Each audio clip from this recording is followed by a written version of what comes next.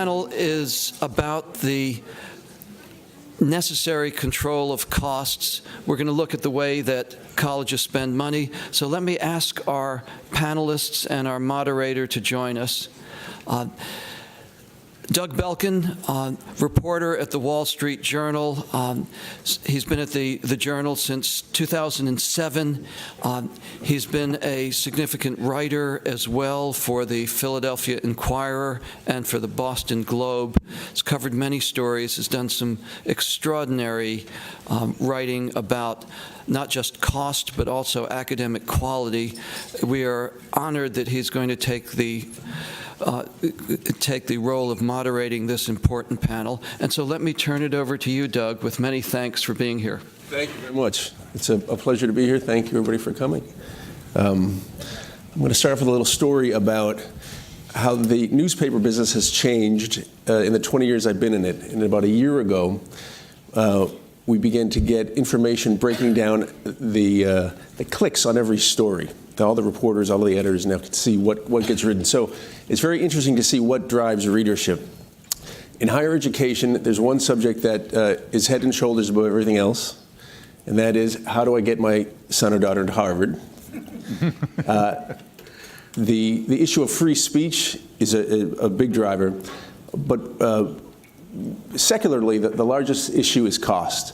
The anxiety around the cost of school, debt. We have one reporter who's dedicated entirely to debt, and everything that drips from that is just gobbled up by our readers. People are obviously driven by this. Of course, at the foundation of that is how schools spend their money. Where are the billions going? So readers have a huge appetite to understand this. And what I found in my 6 years on this beat is that it's very hard to tell them. The system is very opaque. It takes a long time to ferret this stuff out. So I'm very pleased, first of all, to have worked with ACTA in the past, because they're a real tremendous asset in answering these questions, and then to have folks who have been wrestling these questions for a long time. So I will introduce them, and then we'll make they'll have a few minutes to speak, and then we'll ask some questions. To my right, Hank Brown, the former president of the University of Colorado, University of Northern Colorado, and Arcadia University, and a former U.S. senator and representative. And Hank was responsible for major cost savings and programs that helped to right the ship at the institutions he led. Next to him is Jan Sullivan, chair of the Board of Regents at the University of Hawaii. Jan instituted a transformational model of benchmarking to achieve unprecedented transparency and accountability at the university. Mark Searle, the university provost and executive vice president at Arizona State University. He's led successful initiatives to cut administrative costs and conserve university resources, particularly through sweeping academic reorganization. And Armand Alacbay, the vice president for trustee and government affairs at ACTA, responsible for vision and implementation of ACTA's project on administrative costs. Hank, let me start with you, if I could. I'll give you a nice broad question. How do colleges spend their money? You know, when I was leaving the Senate, I was taking an elevator down with Mark Hatfield, and Mark was asked what I was going to do. I was going to teach, and he mentioned, of course, that was what he'd done when he finished college. He made an interesting observation. He said at the time he started, he taught 5 3-hour credit courses a semester, acted as assistant dean of students, and did research and writing along with it. I think many of you are familiar with the fact that at many large universities, senior tenured faculty may teach 1 course a semester, or perhaps 2 in unusual circumstances. And that's not an exceptional area. That probably has become more and more of a pattern. Higher education is one of the most remarkable fields that we have in America, with a dramatic increase in productivity across the board. And that is, of course, an important part of what's happened in higher education, a dramatic increase in the productivity tools that are available to faculty. You've had an incredible drop in productivity. Tuition has risen much faster than the cost, than the inflation. And the reality is, the way the government funds higher education, provides an incentive for increasing cost. And if it's ever brought under control, a couple things need to happen. One is a change in the federal formula for providing assistance, which now is based on the simple fact that the more it costs, the more you get, and the less it costs, the less you get. And believe it or not, universities are smart enough to increase cost. The second thing that has to change, I think, is the way we do accreditation, because in reality, it's very difficult for a university president or a university board, if they wish to make significant changes, it's very difficult for them sometimes to avoid the interference of the accreditors who have come more and more to taking the time to direct the internal affairs of universities. Yeah, those are big themes. Would you like to take a crack at it, Jen? Sure. I wanted to ask how many of you are trustees? Okay, not that many, but because all I can really share with you is my experience as a trustee. I've been on the board for 6 years, University of Hawaii, the last 2 as chair of our board. And I have to give you a little context on our university so you can understand maybe my background. We are a 10-campus system, so it's a little more complicated than usual. We have 3 four-year institutions and 7 community colleges and a couple professional schools. And we have a single board that oversees the whole system. My first board meeting, our president then pushed very hard for us to adopt an aggressive 5-year rolling forward tuition schedule. I was the only board member then to vote against it. And that was my introduction to being a trustee. And I dedicated myself to dig in on this issue and to try to come back to what I thought was our core mission as the only public institution in our state to really be able to deliver quality education that's accessible and affordable. In order to get there, it was a long road, and there's no magic to it. There was just a lot of hard work. We eventually had to change. We had a new president. We developed a new executive team. We instituted board policies to require an annual operating budget across all of our campuses. Believe it or not, they had never done this. We instituted quarterly financial budget to actual reports to identify early trends. We instituted a reserve policy to encourage and establish a financial reserve, and have gone from a deficit of $200 million when I started to $250 million in our reserve today. Because universities like to feel that they should spend all the money they take in. This was a big cultural change. On the non-financial side, and Armand knows this because I tried to educate myself. I contacted ACTA to understand how to develop transparency. I do feel transparency was lacking, and you cannot have public trust without transparency in how you're spending money. So a lot of these things we instituted went to that. And I'll just mention a couple other things.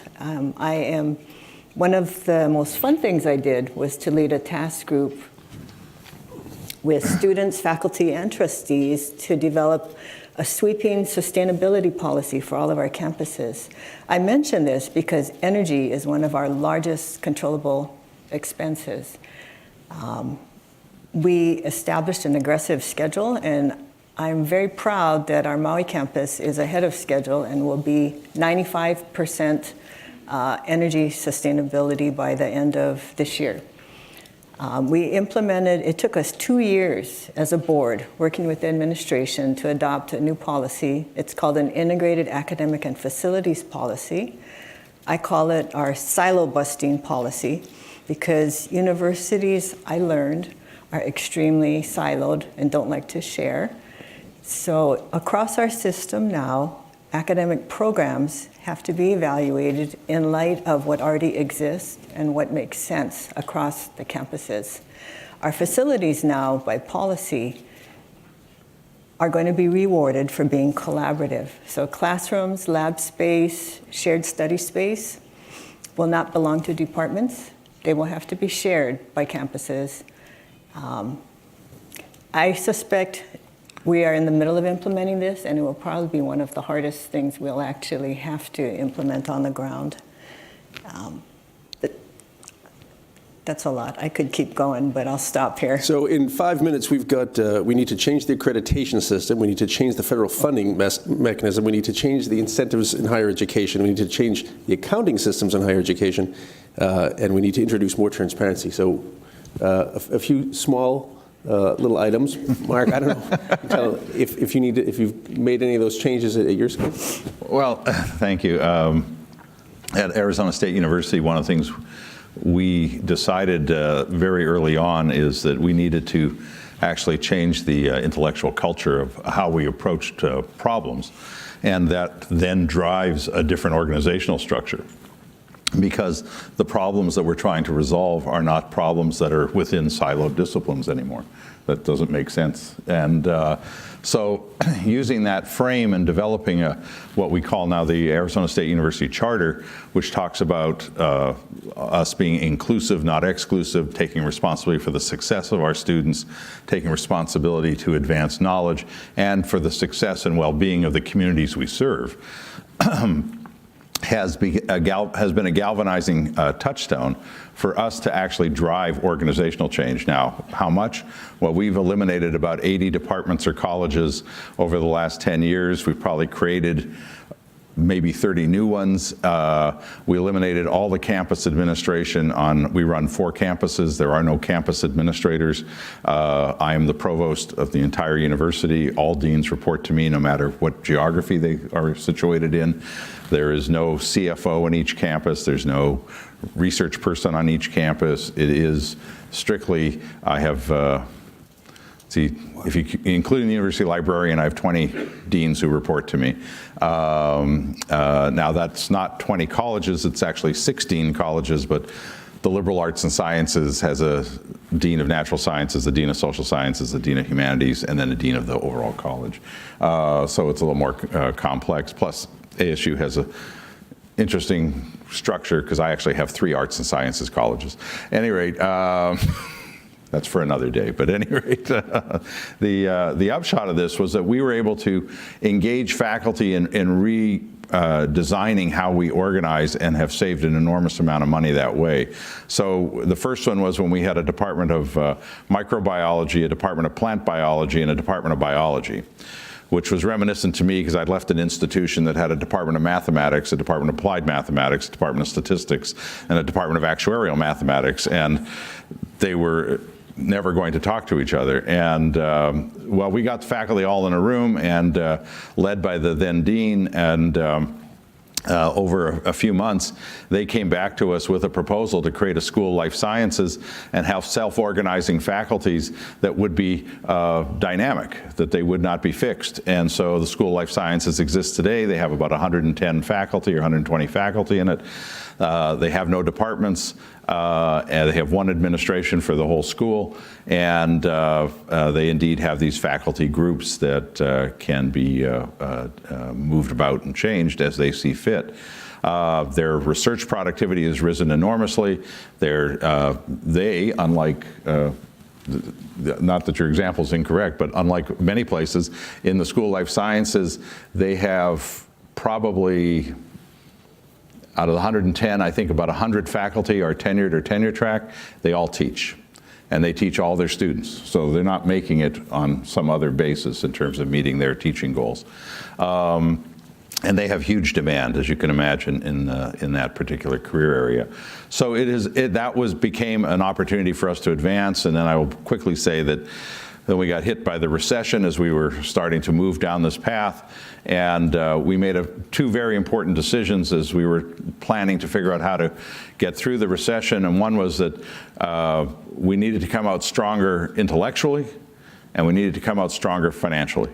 And so we accelerated the pace of change. in one fell swoop. At one point, we had disestablished 2 colleges. We disestablished about 10 departments.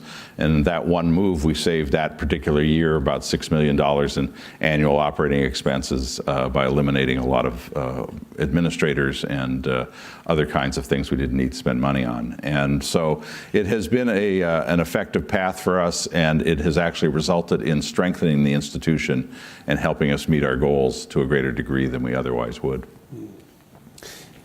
I want to point something out, that it's almost the water we swim in that may not be well perceived. The change in higher education is harder than in almost any other organization or systems I've ever looked at or covered. Professors are broadly liberal and incredibly conservative when it comes to maintaining how things have always worked.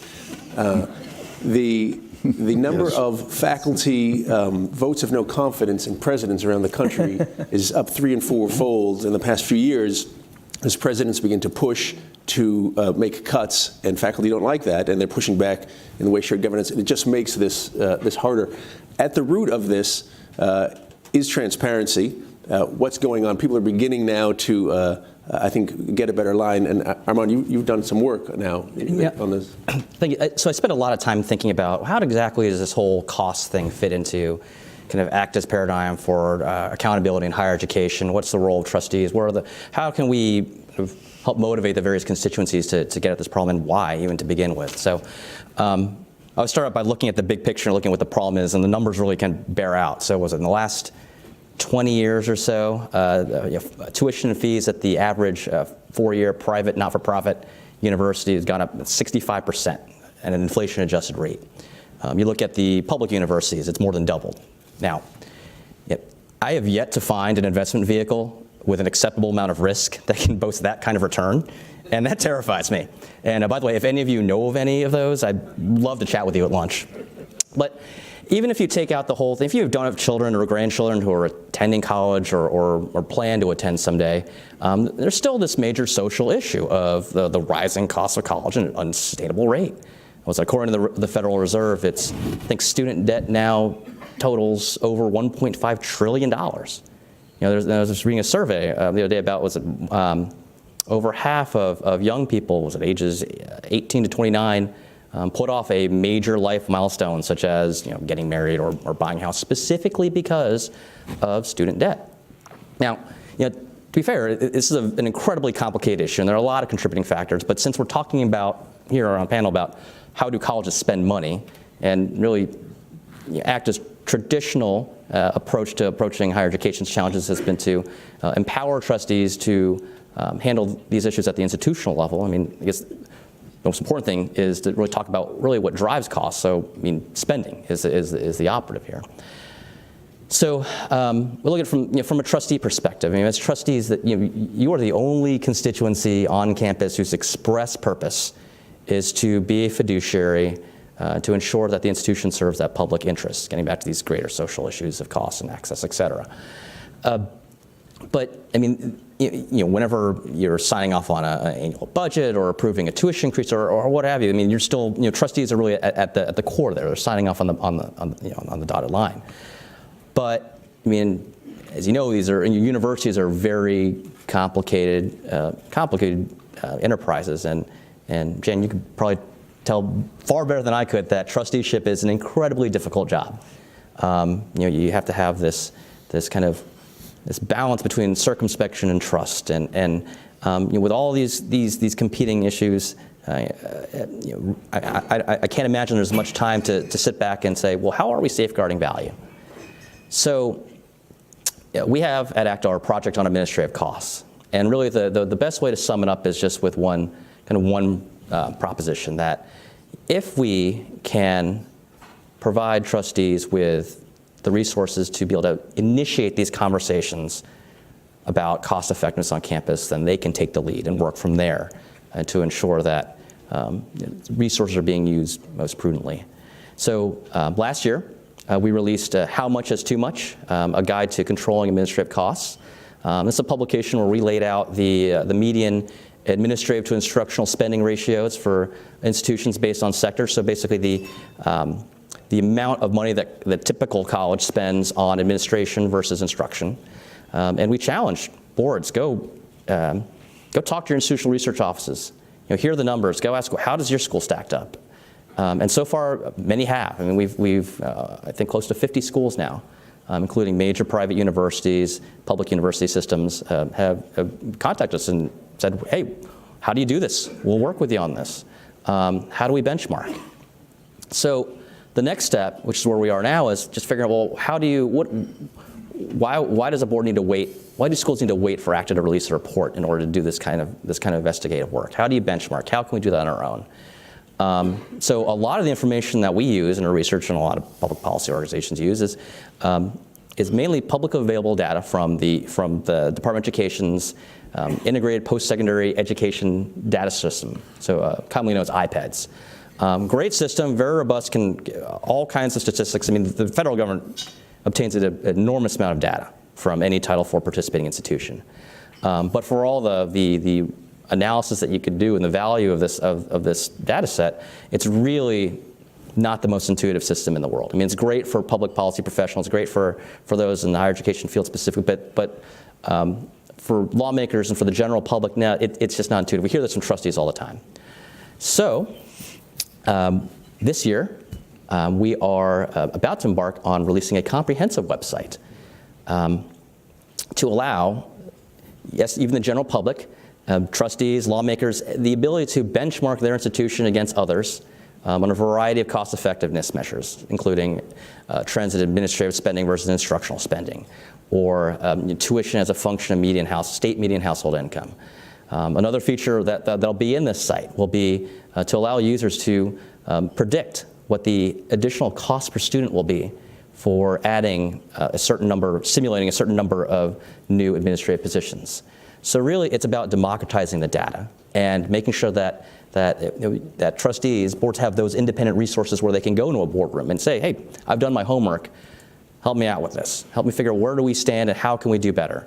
So it's a first step. I mean, ultimately, what we're trying to do is demystify as best as possible this really complex question of how do colleges spend money. And if we've done our jobs right, what we're doing is helping start those conversations that lead to these initiatives that you're talking about.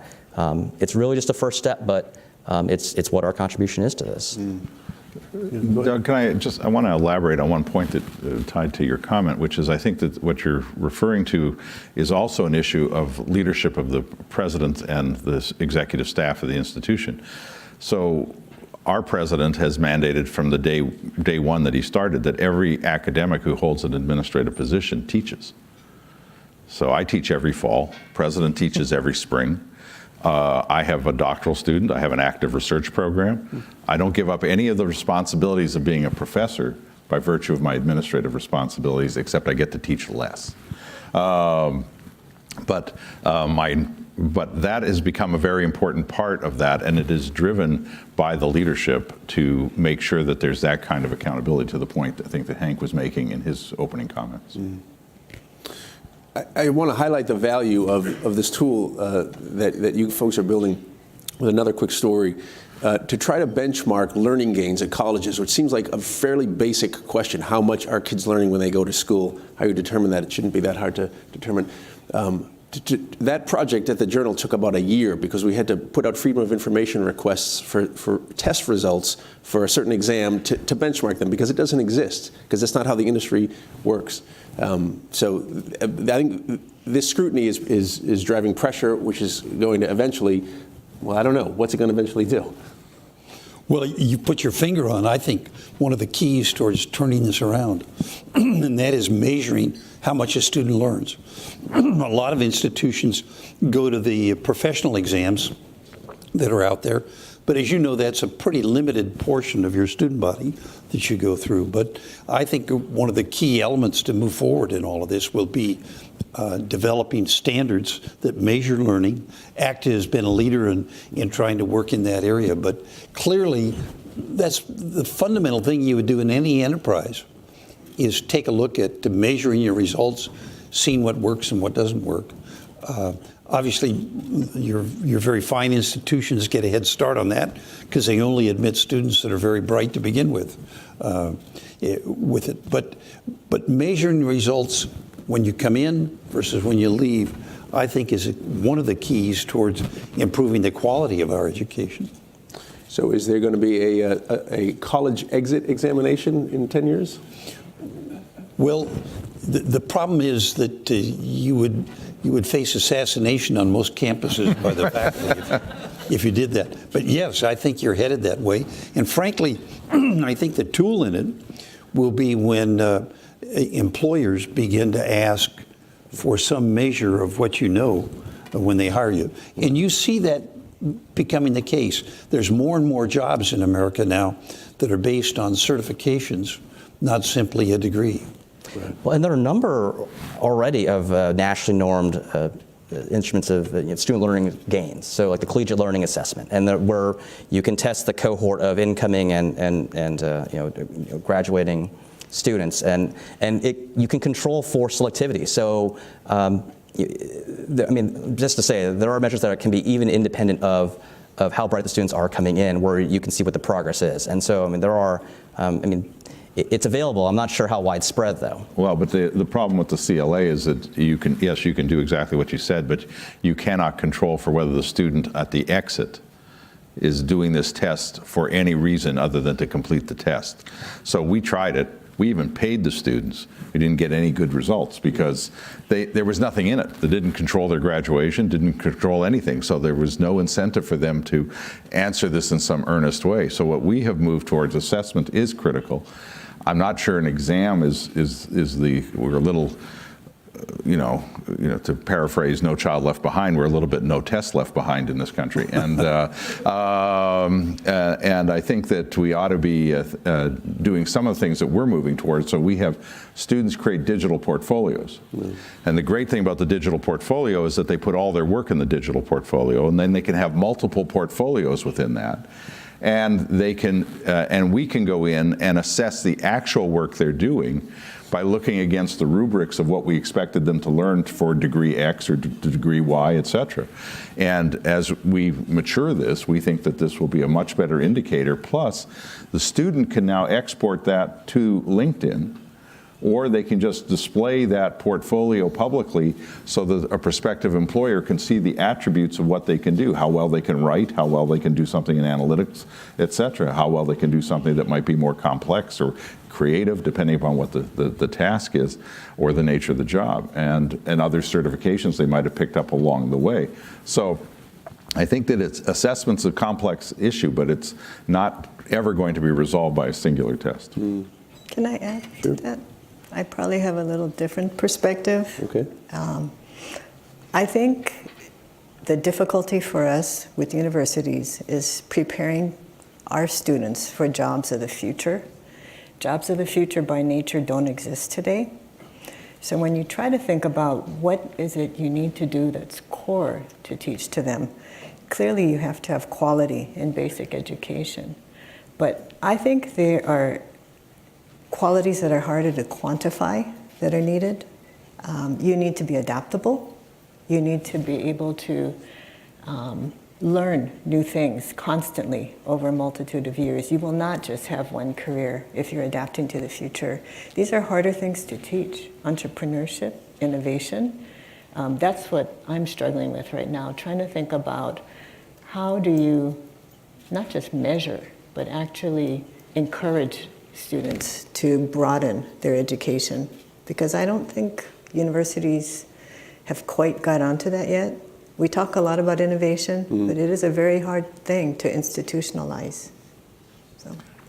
I think that's true, and I think that we talk a lot about producing master learners, because really that's what they have to be, lifelong learners.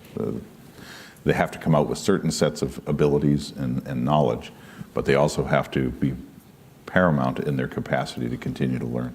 So let's draw this back toward dollars and cents again. If that's the true north, master learning, being able to be innovative and flexible in your learning, how does that impact how you spend your money on your campuses to achieve that? So in our case, tuition, which is a very sensitive topic for good reasons. So our tuition is $10,700 a year for in-state student. And if you're a Arizona, that's for Arizona residents. If you are an Arizona resident, however, your actual net tuition is $2,300. That's no loans. So we subsidize enormously Arizona residents to come to the university.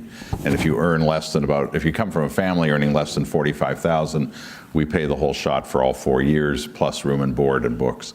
And so I have about 12,000 students who go to the university who pay zero. And then you have to make that commitment. So to the funding of the institution issue. So, as we all know, states have chosen by circumstance in some cases and by policy in other cases to reduce the amount of investment they make in higher education. And so ASU gets about 10% of its resources from the state taxpayers. And that means we have to rely on other ways to generate the revenue. So I'm actually spending more on financial aid annually, because Arizona is also one of 5 or 6 states in the U.S. that has no state-based financial aid. So I'm spending, for this fall coming up in 19, I think it'll be somewhere between $370 and $400 million on financial aid. That is all gift aid.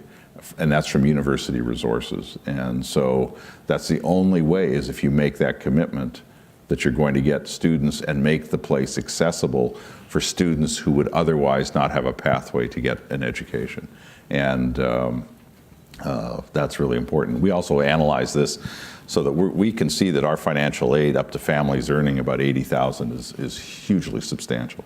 So they're not adversely impacted. Now, we don't do the same consideration for students come from out of state and internationally, because they're making a conscious choice. They know what the market price is for the university, and they're choosing to pay that. That's a different decision from my point of view than the student within the state with whom we have a social contract. And we may be a public university, we see ourselves as an enterprise, a public enterprise with a social purpose and a public purpose. And so we're not responsible per se to the legislature, we're responsible to the people. And how do we help educate their children? I wouldn't want the moment to pass and not mention how awed I am for the progress you've made in Arizona with regard to reducing administrative costs. He said it in such mild tones. It's really a revolution. You would find very few administrators who had instituted that policy left alive in most campuses. But it really is remarkable, and I think it makes the point that you ask about. One of the key things is for trustees to include in their goals and objectives for administrators running an efficient operation. And it's not any different than any other enterprise. At the University of Northern Colorado, which was the first university I was at, when I came in, we faced a $5 million shortfall in the first year that I would be handling coming into it.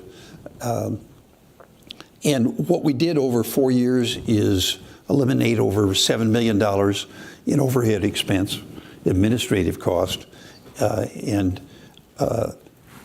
the university actually operated much better with 100 fewer administrators, which is what we did. And of course, there was lots more to do with it. But we don't often talk about university presidents and university administrators being managers.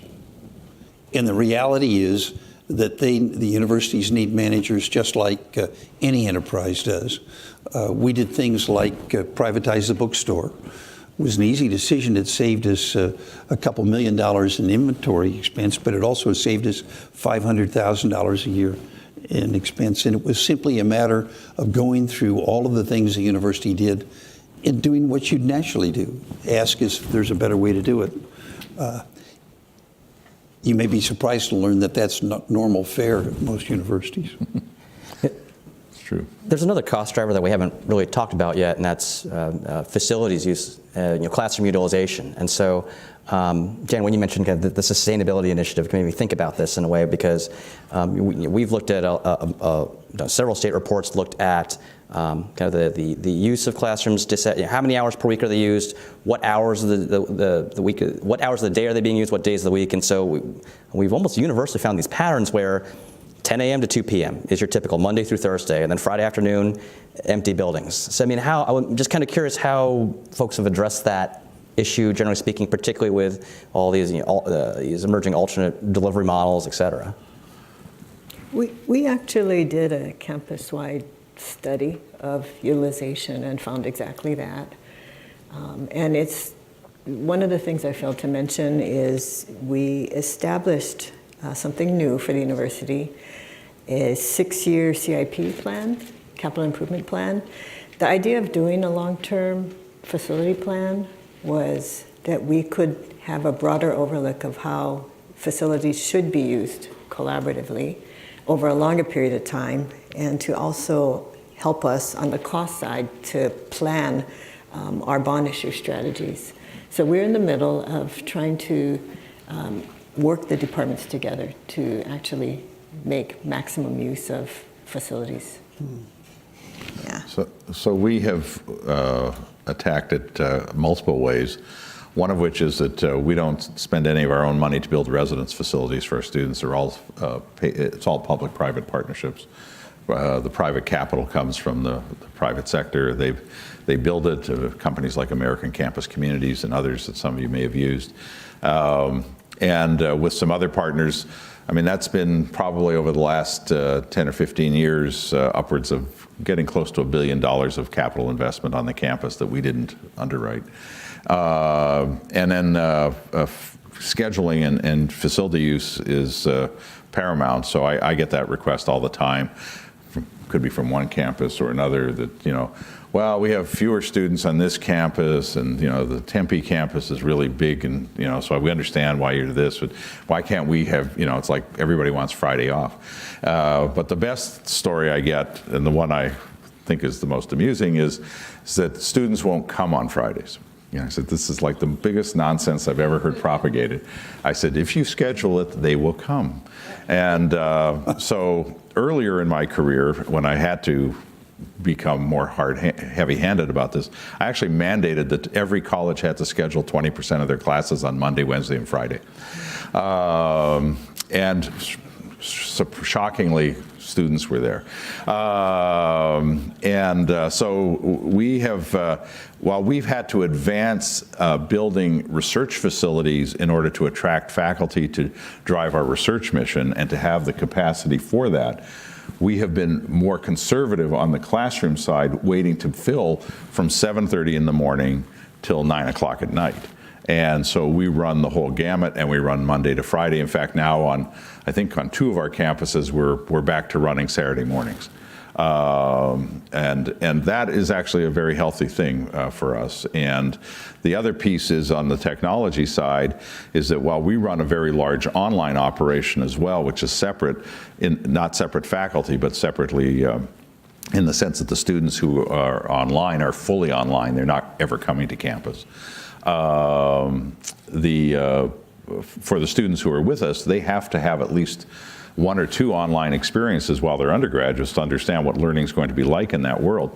But I do prohibit it for freshmen, because the worst circumstance in the world is to have freshmen sitting in their dorm room doing their coursework online and then missing the whole ecosystem of learning that is within the campus. And so you have to manage this carefully, otherwise you can have a lot of undesirable effects.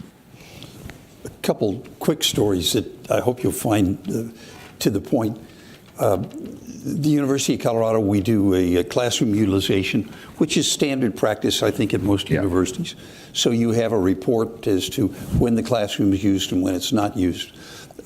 I had noticed that our business school, which was a fine business school at the University of Colorado, required a dramatically higher grade average to be admitted to the business school than it did for other disciplines. And inquiring as to why this was, it was simply that we didn't have classroom space. for them, and so you had to have a higher entrance standard because you simply didn't have enough classroom space for business students. So I asked for the classroom utilization study because I found that bizarre. And it came back that the classrooms were used from 7 in the morning till 7 at night, 6 days a week. Well, that kind of answered my question. But one day walking through the campus, I walked through the business school. It was a Friday morning, and there wasn't a single class going on. So I asked the dean of the business school and the provost to enlighten me how it was they could show this as being busy every classroom all day long when no one was there. And they explained to me that, that was simply because those rooms were open for students to study in if they wished. Well, the real story was our faculty, at least a portion of them, liked to take Friday off. Some of them had consulting contracts, so it was helpful for them or their consulting business to take Friday off.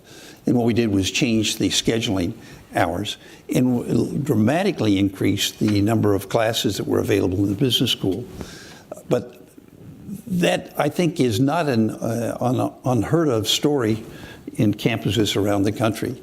And it's just another example of how good business practices need to be looked at as you go through it. The other quick story I would mention, which horrified folks at the University of Northern Colorado, is I found we allocated funding for departments and for colleges on a basis not related to the number of credit hours they produced and revenues they produced, but in terms of the preferences of the administrators. Now that is probably a common practice, and there's some sound reasons to do at least some of that as you go through it in trying to develop a rounded curriculum. But what it led to, I think, was a separation of the revenue-producing activity of a university away from its class offerings. So one of the things I did was, was for the summer program, announce that the funding for next year's summer school would be based on the tuition that particular college brought in during the summer. Two things happened. One, the College of Performing Arts announced that I personally had eliminated the summer concert, which of course I hadn't, but it was a reaction to it.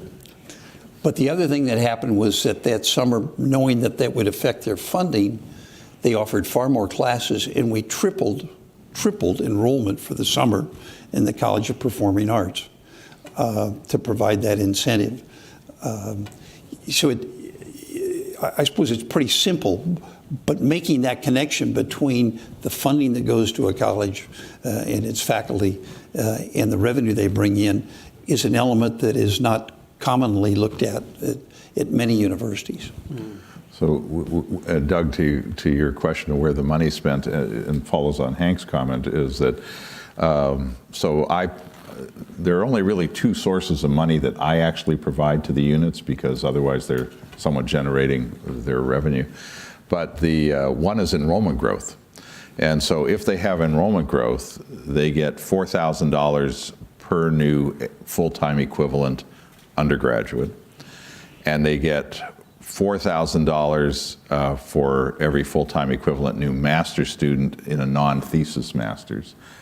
And now what I've done is, if you increase your master's enrollment, instead of getting 4,000, they're getting 5,500. But what we did is we also said this is net new enrollment. In other words, there's an incentive to retain the students. In other words, you have to work to build retention models so that it's not enough to churn the students through. You have to have net new. So if your total enrollment was 100 and you've lost 20 and you got the 20 back, you get 0. If you started with 100 and you end up with 120, well, then you get 20 times 4,000 as your incentive payment, because you're right, if there aren't incentives in place, but they're not tied to the larger institutional mission, you also suffer. So it's very important for us to retain our students. You can't have them be successful unless you keep them. And so, we've raised the retention rate at the institution from 2002 to today, we're up 10.5 points, and just in the last 2 years, we've gone up 2%, and so, or 3 years. And so those are incentives that tie to our larger goals that become very important. Can I add something? Maybe pivot a little bit. The cost of education to me is also related to the question on who should pay for education. And I run and operate and have helped to build a tech company in the state. It's become the largest tech company. I understand what it means to run a business. And I started out as a trustee thinking a lot of the measures we had to institute were just straightforward business practices. But I have come to believe, thinking about it really deeply, that we do have a social contract with our state as a public institution. And I read lately that at our elite universities, about 50% of the students come from the 1% of our economic strata. So as a public institution in Hawaii, we have about 60,000 students with a budget of $1.3 billion. We have to service an extremely wide range of students if we're going to service our population. And it is up to the public institutions to actually serve the majority of people in this country. How we do that, part of it I do feel, which may be a bit controversial, is we have to cut costs, we have to be more efficient, we have to be more entrepreneurial, but our state governments have to help us. We were primarily supported by the state before the Great Recession. We took a 50% cut, as a lot of universities did, in 2010. And part of the strategy of building transparency has been to rebuild trust. Because without trust, no one will believe public monies are being spent wisely. We are back up to about 47% of our budget now is supported by the state. We're very fortunate compared to a lot of other universities. But that dialogue, I look at it as being critical to the cost of education. We have to, and in Hawaii, you have to realize we come from, I'm a little bit different than most of you. I know that. I'm from Hawaii. We're an island culture. I found the prior panel extremely interesting because part of our culture is really to work together. And in a lot of ways, when you're on an island, you don't have a choice. But working together towards a common mission and a common goal is something that we had to pull together in order to make real progress against. And I could talk about this a long time, but it is a cultural shift. It is definitely something that you have to institute at the board level, with administration, with your students, with your faculty, because if you all believe you're working towards the same goal, you can just make tremendous progress. I mean, to your point there, I think this idea about the transparency and trust and trying to establish that kind of that public accountability is the reason why we started off with this project on administrative costs, because there's this whole mess of data that's out there. And I think one of the issues that, at least that I've been hearing from trustees a lot, is, okay, we want to be able to see where we are versus someone else, but then university in this state has a different way of measuring things, or even any other institution at all has a different way of measuring something in particular. Is there anything at all we can rely on? So, are there limitations of federal data? Sure, but at least it provides a kind of an initial point that we're, a working point for figuring out what is typical. Not necessarily what's best, but what's typical, so that you can at least start making some sort of comparisons across states, even if they are very different economically, with different structures. One of the other issues that I think that at least at the board level that folks run into is this idea of who are our peers? How do we, what are appropriate comparison points? Are we, as a, yes, we're a state flagship institution, but which of the states that are more comparable to us? Should we even look at it that way? Should we look at, there are certain states that have, these tier one research institutions that are kind of models that maybe aren't appropriate for our particular state. So just kind of curious how you all approach that, the whole peers question, the whole how do you compare question. We compare ourselves to 15 or 16 different peer institutions that our governing board has determined are the peers for Arizona State University. And they vary from, you know, we think of University of Minnesota to Florida State to I think Texas, and I can't remember all of them, but and so, but the basis is on outputs, not inputs. The issue is, well, why are they succeeding at a better rate than you are in either retaining students or graduating students or in research or in whatever realm that you want to evaluate? And so it's kind of like, notwithstanding kinds of issues, what are you going to do to make yourself better? And so we have one of the lowest costs per degree if you add up all the money that we get and you divide it by the number of students and so forth. But that's, so we get less. We can't say, okay, we get less, therefore we'll do less. That's just not an acceptable position. And so at Arizona State, one of the measures of which universities are judged nationally is by their research expenditures. And so our research expenditure budget, or expenditures this year, will be in excess of $600 million, which, remember, we don't have a medical school, we don't have an ag school. And that'll put us about 7th among all institutions without a med school or an ag school. And our goal is to be number 1, which is to compete with MIT, which will mean that we have to get to about $840 million by 2025. We set these goals and then we drive the organization to the goal. And so the expenditure then is driven by the goal, not by simply somebody's preferences or something else. So I have a 90% retention rate to get to for the whole institution. Well, I'm at 85.5. Well, I got 4.5% to go, and let me tell you, the air is pretty thin and it's really hard. But that doesn't mean we're not going to continue to get there, because we used to be at 75%. And so you have to have something that you're aiming toward that rises the performance of the institution, and that helps you then figure out where you should spend your money. I want to ask a question about technology, but I also want to open the floor up if anyone has a question they'd like to ask. Okay, go ahead. First of all, I want to thank the panel. I think it's very good commentary. And I know it's hard work. I had a general question which applies particularly to the three of you on the ground, so to speak. How do you think about graduation rates? Because I'm looking at this ACTA book, and you know, they're not that high. I don't know how you think about that. Jan appropriately mentions a public obligation, and that may drive certain admissions. But I'm also curious how you think about graduation rates. Maybe you're taking on too much. You know, you have so many students coming in, not as many getting out as should.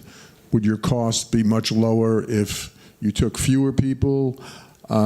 Just a general question on that, and any of you can jump in if you care to. Since I probably have a different view than most folks, let me kick it off. Graduation rates are one of the measures that are broadly used to measure the success of a university. So it's an important factor and widely recognized. I personally don't think it's a very good measurement. Let me tell you why. Grade inflation has impacted the United States throughout the entire country. One of the universities in Colorado that is a private, for example, sends out instructions to their faculty that no one should get a C or below in their class. They should only get A's and B's. A grade average at the University of Colorado that would put you in the top 10% of the class when I went to school now puts you in the middle of the class. And the University of Colorado is probably better in controlling grade inflation than most schools are. So you've seen a rampant grade inflation, not only in the high school level, but in the university level as well. I think Harvard had one year where 91% of the class graduated with honors. Imagine not graduating from honors. And so I think What's happened by using graduation rates to the extent we have is I think it's contributed to the great inflation, which has devalued the quality of the learning experience at some institutions, certainly not all. So is a graduation rate of some value? Yes. Is it, I think, the best form of measurement? At least in my view, it's not. I think you have to go deeper. Let me add one other thought to that. 17 and 18-year-old men and women are probably not as consistent in their thoughts and ambitions and desires and activity as they will be later on. It doesn't surprise me that someone would go to college, find other things than studying of interest, and need to take a break. I think that's very human. And the value is that if you flunk out of school, you learn there's a correlation between how hard you study and what results you get. That's a realization that doesn't come to many students these days with great inflation. So I think the fact that someone goes to a year or two of school and drops out or is flunked out and has a chance to rethink their goals in life is very therapeutic. I think there's value to that. And I think there's value, too, for the ones that then come back and are serious about it. So the majority, I think, view would be graduation rates are a valuable measurement of a university. My own view is that they're not. Can I add to that real quick? Our numbers suck. I mean, if you look at it, now everyone's going to look at university play. They're really bad. I look at it every year. But I want to note one thing. We are a system of 10 campuses, and one of the things we have tried very hard to do is to act like a system and use it to our advantage. So our community college students, about a third of them articulate to 4 years. Those students are non-traditional students. Most of them are working. Many of them have families. Many of them take years to get through community college. We have focused on developing, in particular, STEM degrees so that you can articulate into engineering from a 2-year. But the amount of time they take as a non-traditional student is not normal. It's very long. So that's one of the challenges I have is when we look at these numbers and statistics, operating as a system, I do think we get penalized. It's hard to do that comparison. Well, can I just add to the comment? Because I think that you raise a very important question because it really actually goes to the root of higher education, which is it is the single most powerful engine for social mobility in the country.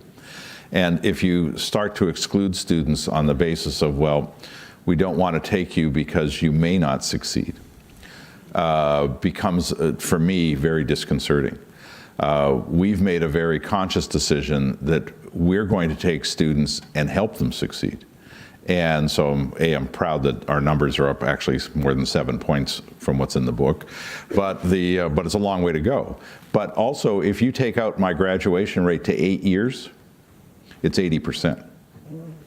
So to the point that Hank's making is that it's not always indicative of what's going on with the student when you only look at the traditional 4-year rate, because that serves well the upper 2 quartiles of the income group. It does not serve well the bottom 2 quartiles. And you know that the bottom quartile of income earners in this country, or students coming from those families, have a very, very small chance of succeeding and getting through a 4-year degree. We have not closed that gap sufficiently in the country. And so if we're really going to be powerful in changing social mobility, then we have to be more inclusive and less exclusive, but then we have to take responsibility to help those students succeed, not just say they came in, great, we got a year's worth of income from them, and then send them on their way without any concern. To me, that would be an abject failure. Yeah, this is where I have to put on my use metrics responsibly hat. Because, I mean, the graduation rate that's reported in the federal data is for first-time, full-time freshmen. So that's the kind of the typical definition. And as we know that, I mean, the changing demographics of higher education right now, I mean, especially with fewer people going in as 18-year-olds. So I just want to with all of these, there has to be some level of caution. It's never an absolute with any of these numbers. Yeah. Ma'am in the back.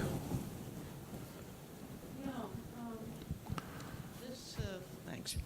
This may sound hopelessly simple-minded, but I think it's a well-established fact that the cheapest individual to educate at the college level is the well-prepared undergraduate. And I would like to know if there's any consideration being given to looking at your high schools in your states and asking how there can be better coordination between college requirements and high school requirements.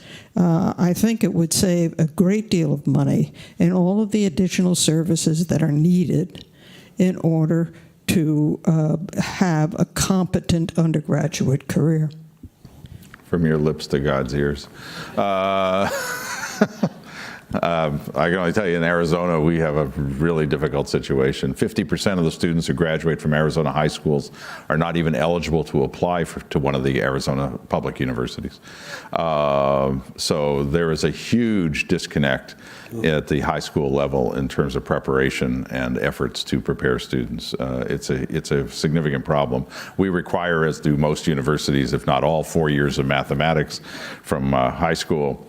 The problem in Arizona, we have some high schools that their 4th year of mathematics is something equivalent to how to balance your checkbook, and it's not obviously preparatory for any kind of math whatsoever, and others do well. We actually have, they're small, albeit, and rural, but we have 10 high schools, I believe, in Arizona now who have never sent a student to post-secondary education. It's a horrible statistic. Yeah.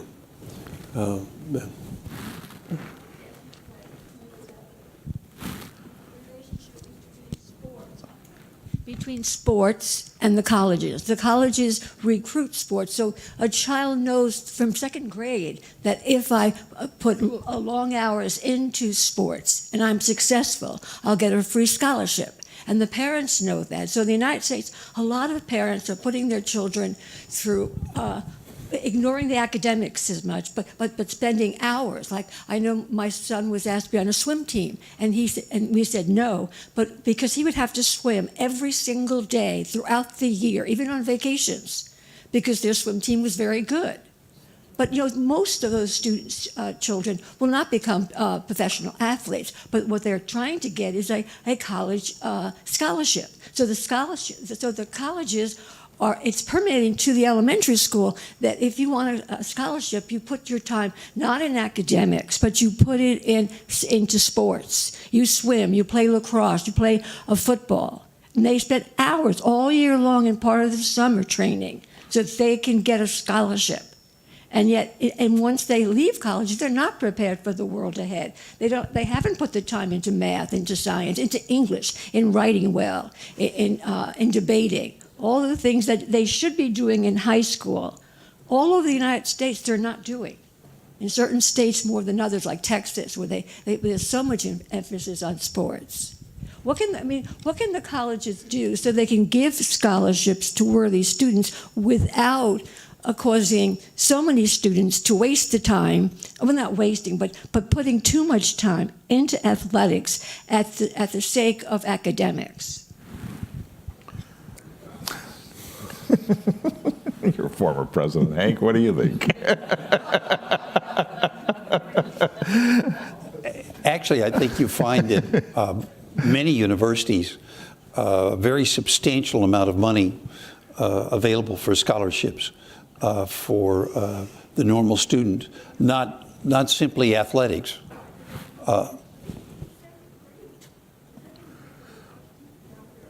I'm sorry.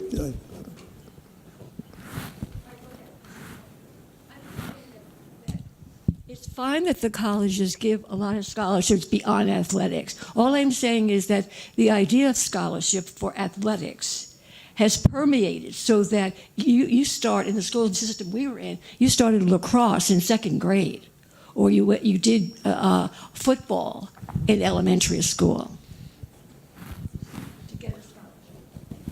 Well, I would say that, yes, I think that there's a lot of young people who think that athletics is going to be an appealing way for them to go.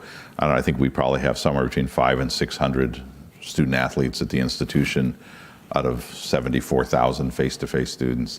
And so the very numbers speak to the fact that they're not the majority of kids getting financial aid at the institution. It's also beholden on the institution to create new models where students can see pathways. So we've, for years, students could go to university and they could go into ROTC and basically have their education paid for them in return for military duty when they graduate. So we created something called the Public Service Academy. And the Public Service Academy is mirrored on the ROTC program, except it's for students going to public service. And they get paid, I think, $900 a month, the stipend, just like they do in the ROTC. They get paid their tuition and their other expenses. And they, in return, engage in all these other activities that are co-curricular and extracurricular to advance their degree. But their core is that they're getting degrees. It might be in social work, it might be in mathematics, it might be whatever, but with the intent that they're going to be in the public service of some kind for the country. And that gives students a different way to ideate about how they could go to college, beyond thinking about themselves only as an athlete. And most of the students who come to, that you have problems with in terms of student athletes are in two sports, men's basketball and men's football, because the swim team and the golf team graduated at a rate somewhere between 95 and 100%. And so, those kids, even though they aspire to those kinds of things, still are getting a tremendous value for their education. So, I don't think they're coming because they think they're going to become professional athletes. They're coming because they do see it as a pathway to get an education that they otherwise couldn't afford. But that's where we're trying to build other models. Yeah, sir in the green tie. In the business world, we have a Financial Accounting Standards Board. Is there an equivalent governing the finances and the accounting practices for higher education? Yes, there is. And how good is it? As a follow-on question. The NACUBA standards are really pretty good. They could always be improved, but they're pretty good standards. What I've found at the various institutions I've been at, though, is that, frankly, the audit reports and the actions of trustees in looking at the material that comes to them are very deficient in both areas. Let me give you an example. At the University of Northern Colorado, when I came in, I found that a previous president had decided to have an inauguration because it was such a wonderful event that he became president. He spent over $1 million that wasn't in the budget on his inauguration, only to find that there wasn't an account to draw it on. So he created a negative capital account, which is a very creative accounting system. It wasn't until I was there a while that I found out about it. The auditors never noted it, never footnoted it.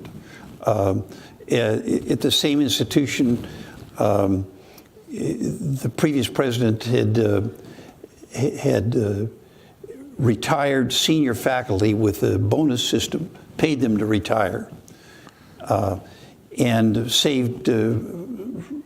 gained $5 million and spent it all in the last year that he was president. The problem was that he then had the payments to the faculty coming in the years after he'd left the institution. So that when I came aboard, we had a $5 million deficit the day we came in. The auditors had not identified that. As you know, in normal accounting practice, if you have an obligation of that sort, you have to note it. So what I found at several universities is that they use local auditors, not the bigger auditing firms, and typically the standards are far below. So the NACUBA standards are there, and they're pretty good, but you don't always have either attention paid to the financials that you would in an enterprise, nor do you have the quality of auditors that look at them. Yeah. Yeah. Ma'am? One of the things I noticed during my period on the Wisconsin board is all the standards regarding four-year graduation rates all of a sudden were no longer published, and you just had 6-year graduation rates. And part of what I think happens is that in public colleges and universities, there really isn't as much of an incentive for students to complete their coursework in 4 years. And to compare it to private universities, obviously there are lower income students at some private universities. Pretty much the private colleges and universities create incentives in many ways, including sometimes lesser number of courses to be completed. Often public colleges and universities have credits. You have to have, 120 minimum. Sometimes it ended up being more, which took away from access for other students. But I think part of it is that to build incentives for both the students, the college itself, so that a 5th-year FTA is not the same as, as a first year, I think would, make a big difference in terms of controlling costs. That's my main point. I absolutely agree with you. And I think one of our challenges at public institutions is a lot of our students don't have the benefit of very good counseling on how to do this. One of the interesting projects we worked on for years and launched last year is, and it actually won national awards, is what we call our STAR registration system. So it was meant to catch students when they register for classes.